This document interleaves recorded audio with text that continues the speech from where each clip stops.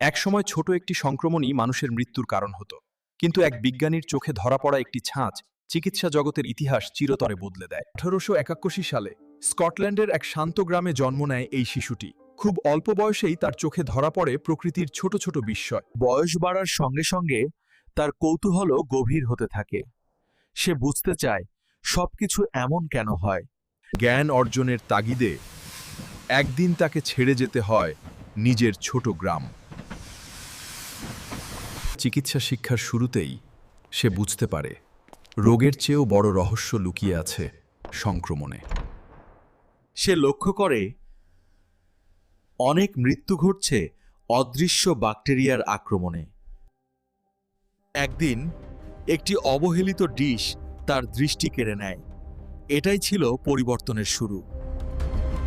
ছাঁচের চারপাশে ব্যাকটেরিয়া আর বেঁচে নেই। এই দৃশ্য প্রশ্ন তোলে নতুন এক সম্ভাবনার। তবে তখনও সে জানত না এই আবিষ্কার কিভাবে মানুষের কাজে লাগানো যাবে। পরে নতুন গবেষণায় এই ধারণা আবার আলোচনায় আসে। পরীক্ষায় প্রমাণ হয় এই উপাদান সংক্রমণ থামাতে সক্ষম। যেখানে আগে মৃত্যু ছিল নিশ্চিত, সেখানে এখন আশার আলো দেখা যায়। আছে এই আবিষ্কার বদলে দেয় অগণিত মানুষের জীবন।